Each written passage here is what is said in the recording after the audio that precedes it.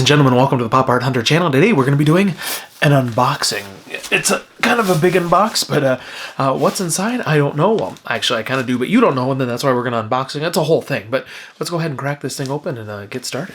Alrighty, so this one looks like it's going to be a knife opening as opposed to the scissors. I usually use those for more the bubble enveloping type things. I'm getting a few more cells, sketches, drawing, concept art, and stuff that I can really handle right now.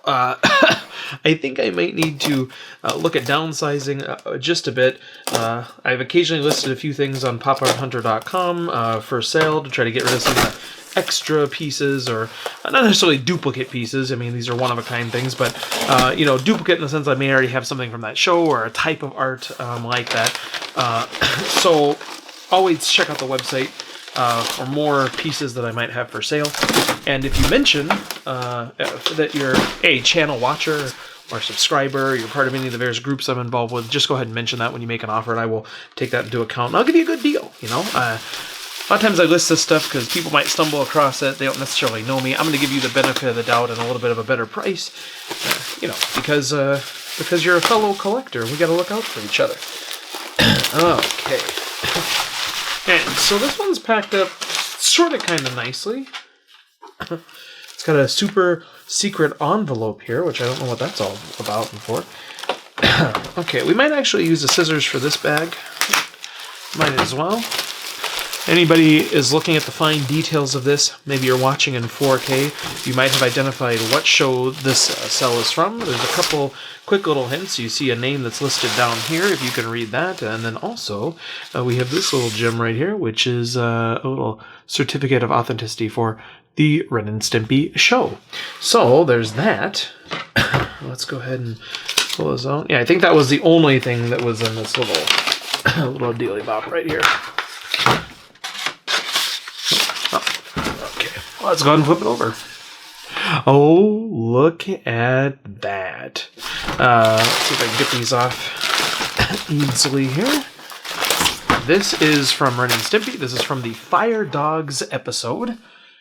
And it is a ginormous baby, and Ren and Stimpy is holding out. This is where the mother, I believe, threw the baby outside the window, and they caught him in that particular pose. Now, the thing that's cool about this particular cell is it goes with my other piece from Ren and Stimpy, which is also from the Fire Dog scene. It's got Mr. Horse stepping on them as he also jumped out the window. So I have two things that have popped out the window, and the way that Ren and Stimpy reacted to both those. Both of them have the gold Nickelodeon seal on the bottom there, so that's nice. It kind of does a little bit more easy authentication of that. Sometimes when they don't have those things, you question them out, whether the authenticity of it, and et cetera, so on and so forth. But cool, because it kind of pulls in some of the colors of this. Now, the only problem is that these two frames are different. One's bigger, one's larger, and one's a little bit smaller. And then also the color scheme is a little bit different. So I might want to reframe these, but they're both framed so nicely, actually. They both look really good, but I'm just not sure that I kind of want them to match. So I don't know. We'll have to see what happens there. But this one's, I got this one initially and I thought this was really cool. And then I actually like this one better. I think, the baby is really funny in this one. I think it's so huge as compared to Ren and Stimpy. And so it's a pretty memorable scene within that particular episode. So for this, it looks like it's just perhaps one cell. I thought perhaps it could be more than one, just because they're holding the baby. And now that I'm looking at it further, it might be two cells, which if it is two cells, it might make me want to unframe it just so that I can kind of separate those so that they have a mat between them. So I'm not exactly sure what I'm going to do there, but yeah, this is a really neat piece. I like the setup for it. It goes well with that other. I keep finding little bits and bobbles of paper and everything here.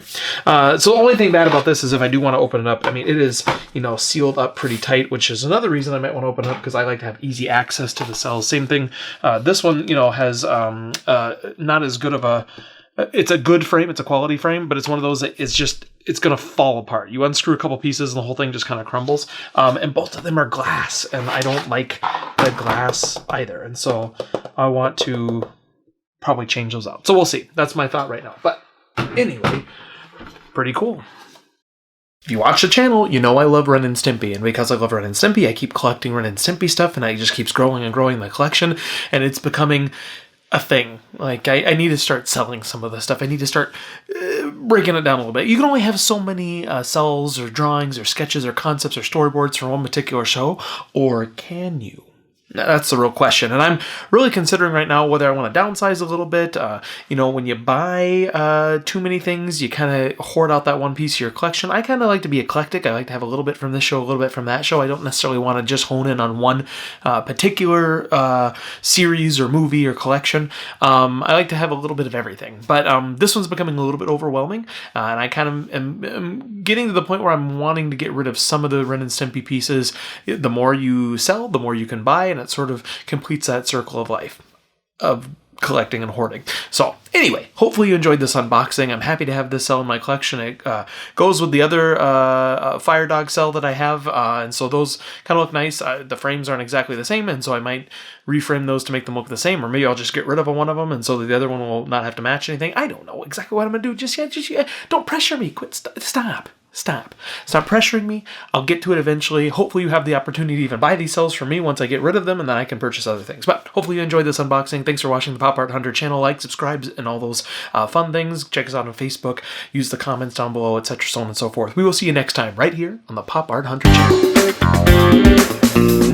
channel.